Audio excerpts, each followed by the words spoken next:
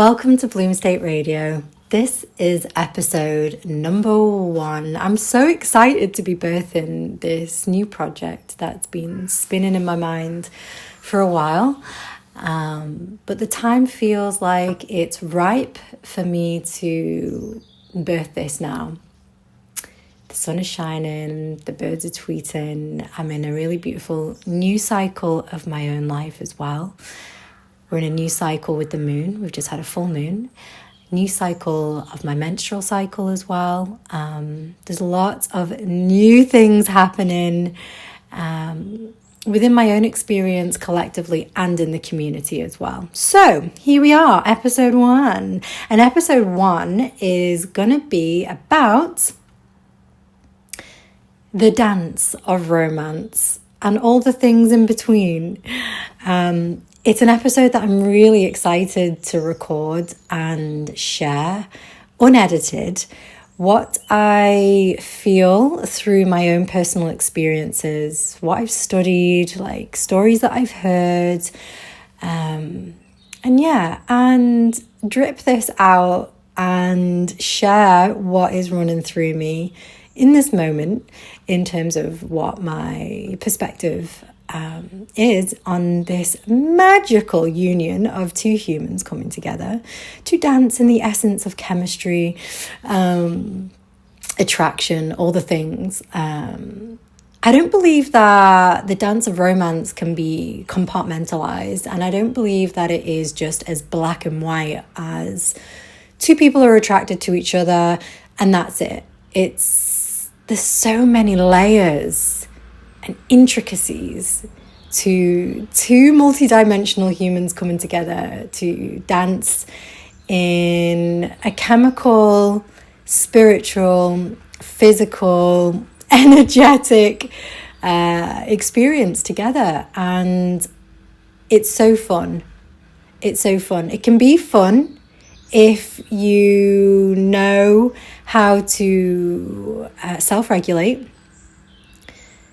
like have a thriving life and have standards and values, and also have deal breakers. Deal breakers. What's a deal breaker?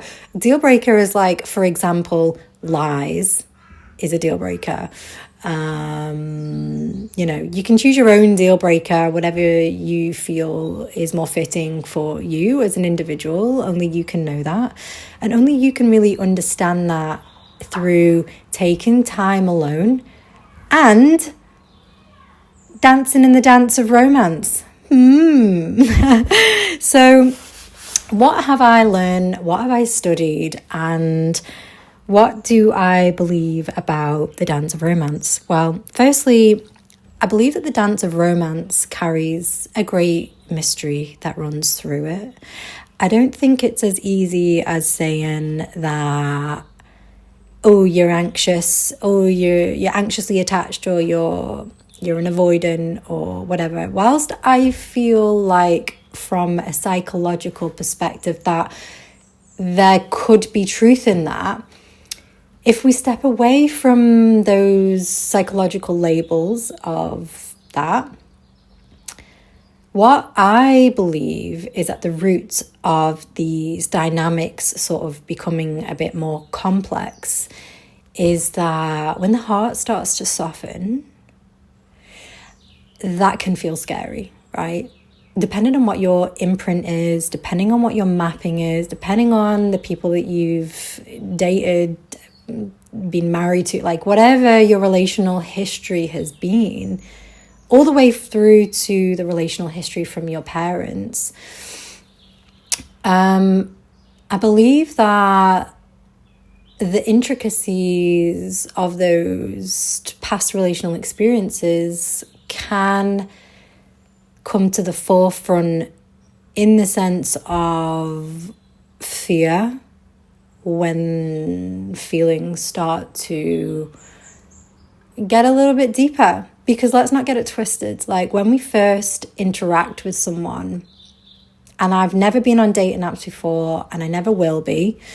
And the reason why I haven't is because I love crossing paths with someone and there being a mutual spark of chemistry.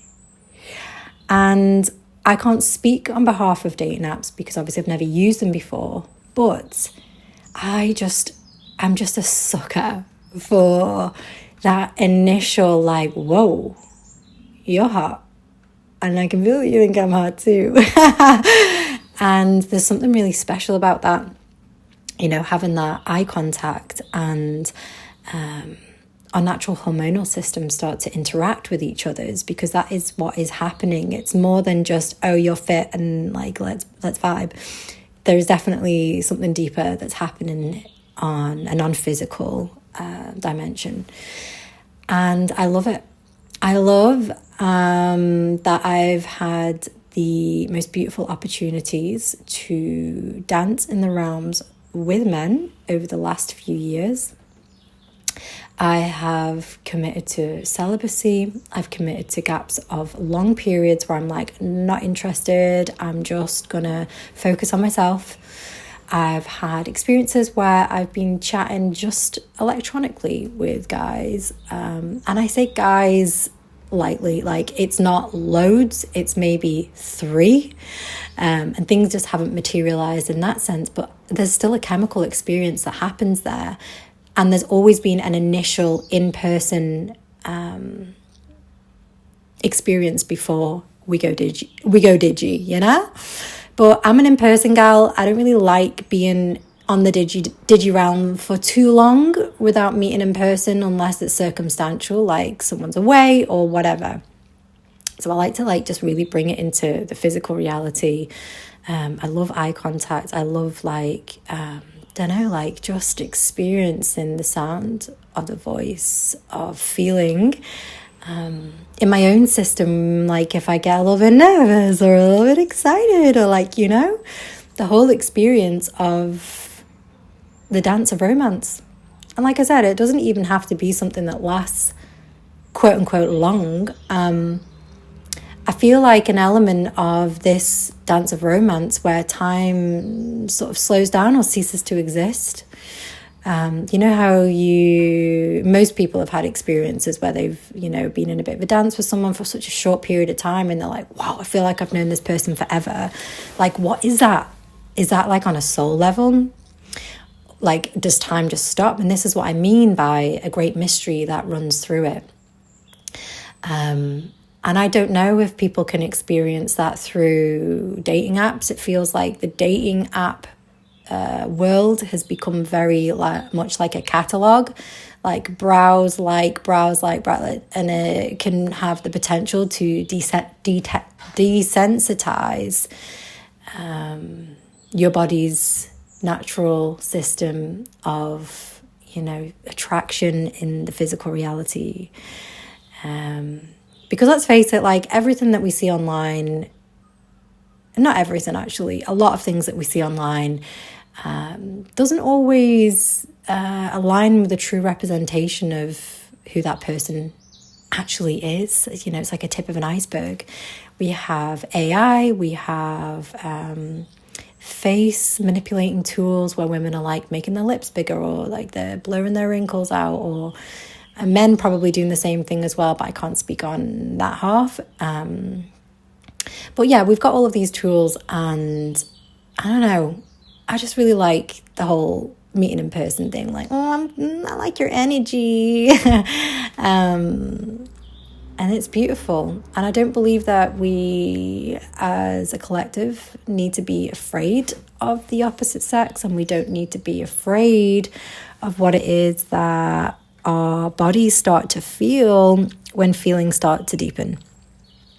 And, I think we're very good as humans at pushing our feelings away, feeling that, oh my God, this anxiety, which is basically a byproduct of fear, is too much for me. I'm bouncing.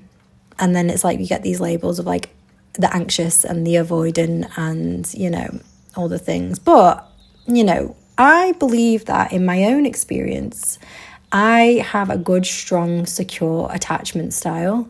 Now, it's not perfect. I definitely feel a bit of fear when I'm in a bit of a dance with a guy, and I actually am like, oh, actually, I think I kind of like this guy's energy a bit more.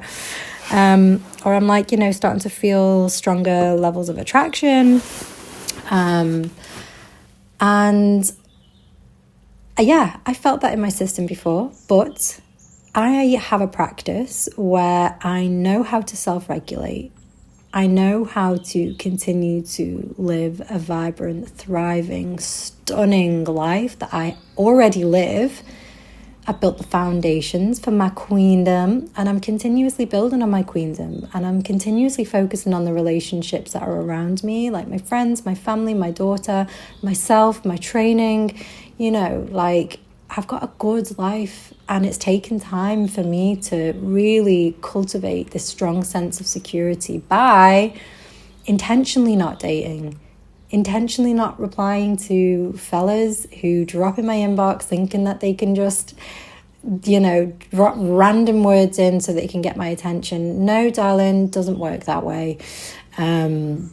Whilst I respect that it does take courage for a man to approach me, he's potentially doing the same thing with like 10 other girls, cast the net out, see what comes back. Let's not get that bit twisted either. There's multiple ways upon which that we can align with a yes in our system.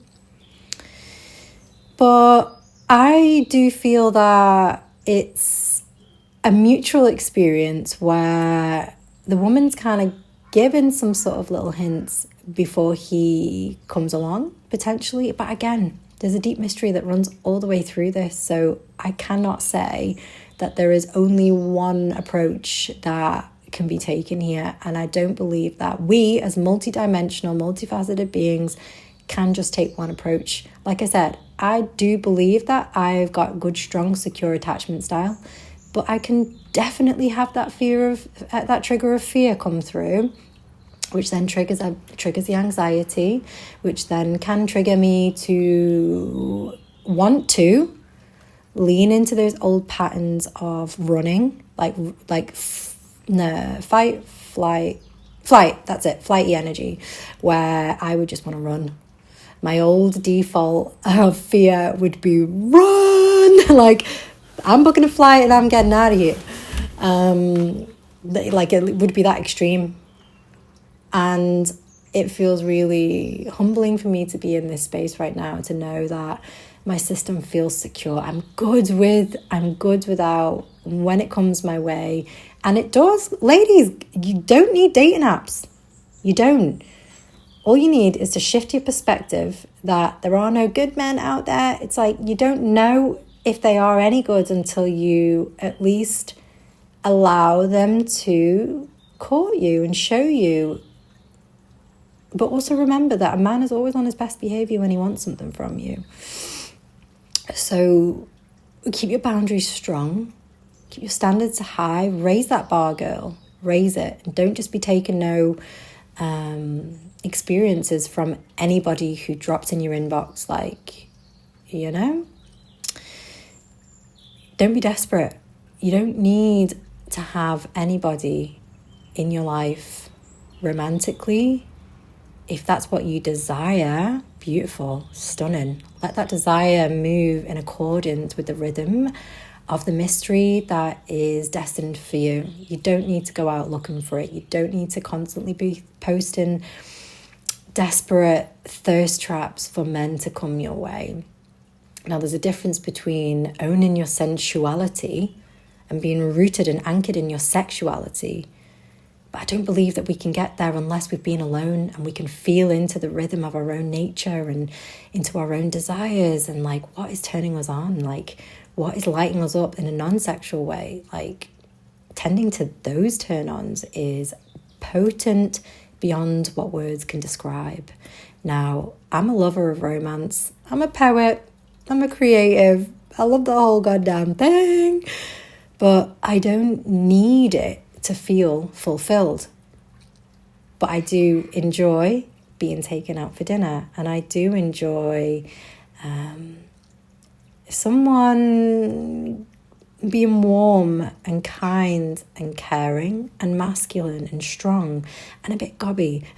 Like, I don't want to have a guy who's just completely submissive to me. Why would anybody want that?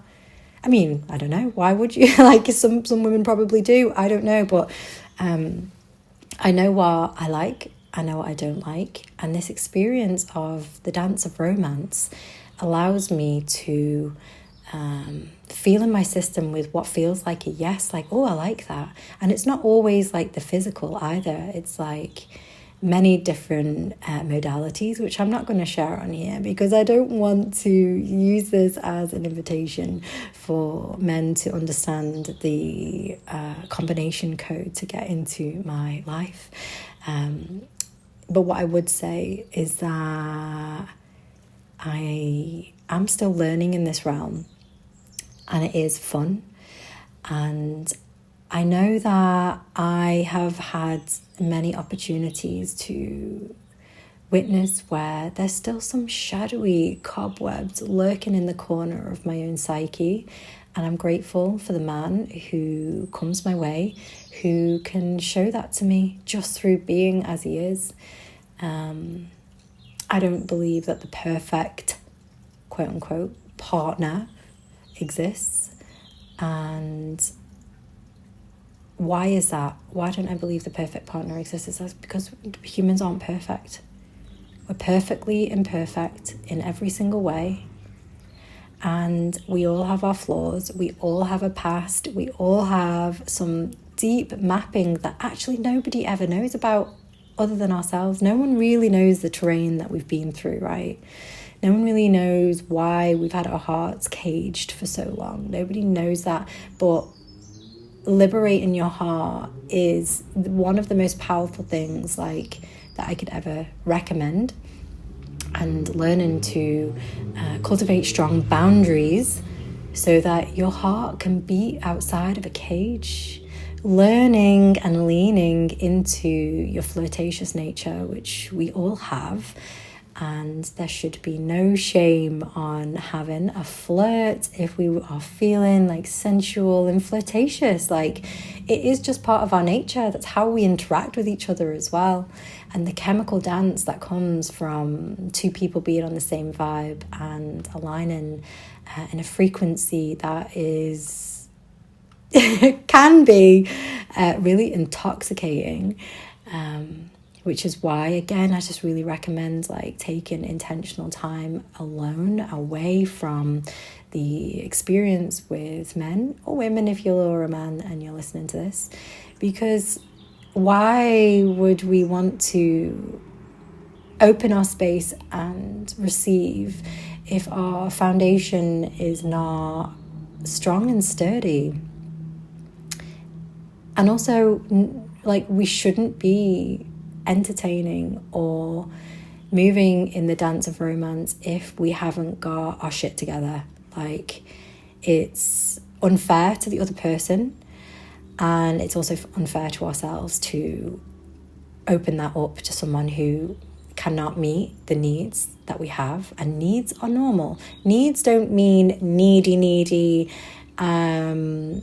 I mean, it can for some people, but I mean, if you're in a state of security and stability, then the need in the sense of like, what is it that I align with and what is it that is going to keep me fueled opposed to drain? Like, understanding what they are, understanding where it feels like, oh, I would like a bit more, or maybe this is too much and I need things to slow down.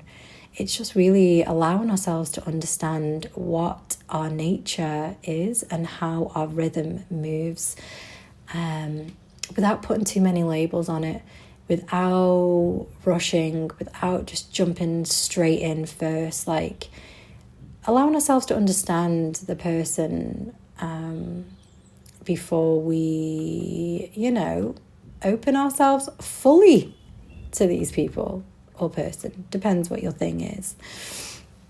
I don't believe in multiple dating, so like I'm a one dude dancer, and there is a lot out there at the minute where it's like, you should be dating 2 people at once, and it's like, okay, fine if that works for you, but in my own experience, it just feels quite chaotic. I have dated 2 men at once before when I was a lot younger, and yeah, whilst it was fun, there was still, and like I wasn't doing anything in the sense of like kissing or having sex. I was just like allowing them to take me out and like hang out and stuff like that, and it was lovely, but I don't know. It just wasn't my thing. I've tried it, tested it, not my thing. One dude dancer. It feels like the energy stays cleaner and a bit more contained, and it feels a bit more sacred, and it feels like it's more respectful, actually. But I know a lot of people do double date, and that's, sound if that's your thing. But yeah, I guess it's also a space of learning, figuring out what it is that works for you, what doesn't work for you, and setting your own benchmark, I guess, and having some fun with it, and allowing the great mystery of the dance of romance to move through you, around you, for you. There's no need to be scared. There's no need to use dating apps. When you trust in life, and when you trust that people and places will align in accordance with what is meant for you, understanding that you can say yes or no, so that's the free will that we supposedly have. And discerning in our bodies what feels like yes, what feels like no. It's really beautiful, and we don't need to be scared of it. And when we trust that we are intentional in some way or another. So what do I mean by intentional? Like, I know a lot of people only date for marriage. I know some people date because they want to have kids. I know that some people date because fill in the blanks. I step into the space with, I don't really know what I want in the sense of like a long term. I still have edges in my own psyche that I witness whenever I date. And that is around the fear. There's a fear of, not deeply, but there's definitely an edge of fear there around having my freedom removed. And I know that's just because of past imprints where I've been in experiences before with possessive men, jealous, and it's such a numbing to my system to be around men who have just become passive, jealous, possessive, and insecure. And I think insecurity is something that is a natural thing that pops up, potentially. It depends on who it is that you're giving your time and your energy to, which is why it's important to just slow it down. Don't rush the dance. You can stay in the club for as long as you both feel is necessary in terms of where the alignment is at. So, there's a little nugget of some information of my experiences and what my perspectives are with the dance of romance. I hope you've enjoyed that episode. If you have, give us a like, honey. Don't be shy. Even share it. Go wild.